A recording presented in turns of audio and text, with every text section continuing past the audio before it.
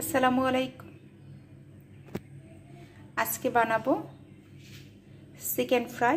আমি এখানে boneless chicken নিয়েছি। এখানে প্রায় হাফ কেজির মতো সুন্দর করে ধুয়ে, ছোট না, মোটামুটি একটু মাঝারি সাইজের করে টুকরো টুকরো করে নিয়েছি। এরপর দিব লেবুর রস, বেশ বড় সাইজের লেবু এখন কেটে নিব।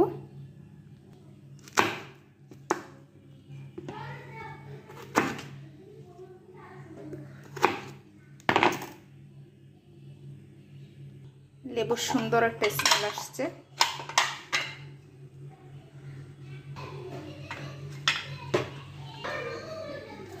লেবুর রস দিয়ে দিচ্ছি।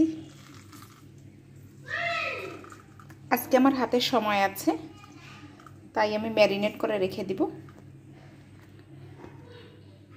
দিয়ে দিচ্ছি লবণ, ধনে গুঁড়ো আর ভাজা জিরের গুঁড়ো, আর দিব মরিচের গুঁড়ো। এখন মিক্স করে নেব। হাত দিয়ে ভালো করে মিক্স করে নিয়েছি। মরিচের গুঁড়ো দিয়েছি, এই জন্য আমি হাতে পলি দিয়ে মিক্স করে নিয়েছি। এখন ম্যারিনেট করে 1 ঘন্টা আমি রেখে দেব। এখানে ইচ্ছে করলে ঢাকনা দিয়ে ফ্রিজের নর্মাল চেম্বারে রেখে দিতে পারি। এরপরে দেব এর ভিতরে আমি একটা ডিম, আর দিব একটু চিনি। চিনি নাকি একটু ব্যালেন্স করে। আর চালের গুঁড়ো দিয়ে মিক্স করে আমি গরম তেলে ভাজি করব। এখন আমি ম্যারিনেট করে রেখে দেব 1 ঘন্টার জন্য। চিকেন ফ্রাইর ম্যারিনেট করা মাংস ফ্রিজ থেকে বের করলাম। বলেছিলাম 1 ঘন্টা পর বের করব। প্রায় দুপুরে করেছি, এখন মাগরিবের নামাজ হয়ে গেছে পড়া, তো 3-4 ঘন্টা ম্যারিনেট করা ছিল। মশলাটা ঢুকেছে ভিতরে। এখন আমি একটা ডিম দিয়ে মিক্স করে নেব। একটা ডিম নিলাম। এখন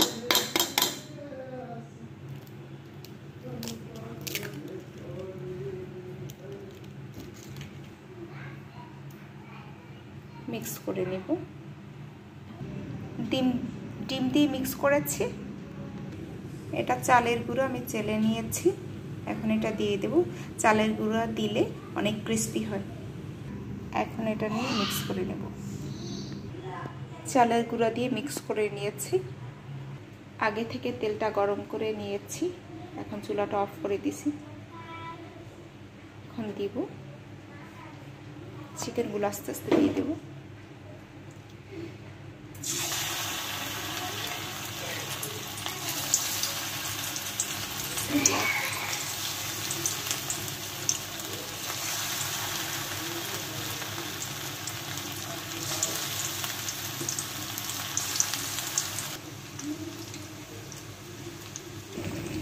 চুলাটা কিন্তু আবার জ্বালিয়ে রেখেছি, কারণ আমি যখন চুলা জ্বালিয়ে দিয়েছিলাম, তেলটা যখন গরম করেছি একদম ধোঁয়া উঠছিল।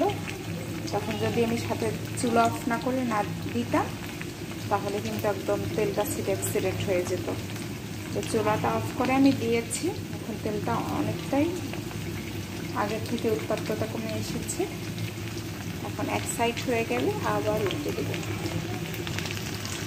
খুব কেয়ারফুলি। এটা কিন্তু ননস্টিক টাইপের না, আমার কড়াই। তেলের পরিমাণটা একটু বেশি দিয়েছে, সেজন্য কিন্তু লেগে যায়নি। খুব মচমচে ক্রিস্পি হবে, যেহেতু আমি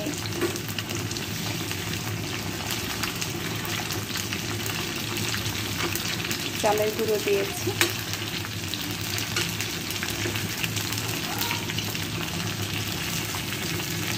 উল্টে পাল্টে দিয়ে তারপর উঠিয়ে ফেলবো। চিকেন ফ্রাই ভাজা করতে খুবই রিস্কের কাজ। মিডিয়াম লো আছে আমি ভাজতেছি।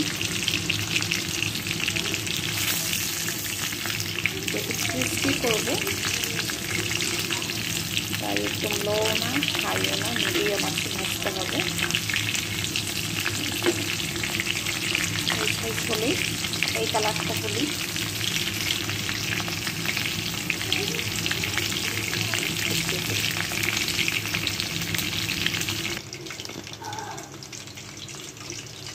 চুলাটা অফ করে দিয়েছি। এখন উঠিয়ে ফেলব। বেশি যদি ক্রিস্পি করতে চান সেক্ষেত্রে একটু চালের গুঁড়ার পরিমাণটা বেশি দিতে হবে। হয়ে গেল আমার ঝটপট চিকেন ফ্রাই।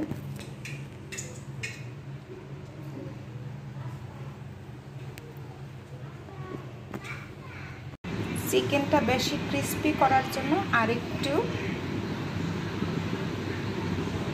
চালের গুঁড়ো অ্যাড করেছি, আর একটু চালের গুঁড়ো দিয়ে ম্যারিনেট করে রেখেছি। এখন আবার ভাজবো। তেলটা গরম হওয়া শুরু করেছে।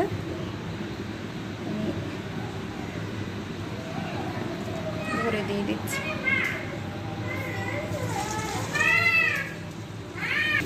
এবার একটু ক্রিস্পি করে ভাজতে চাই।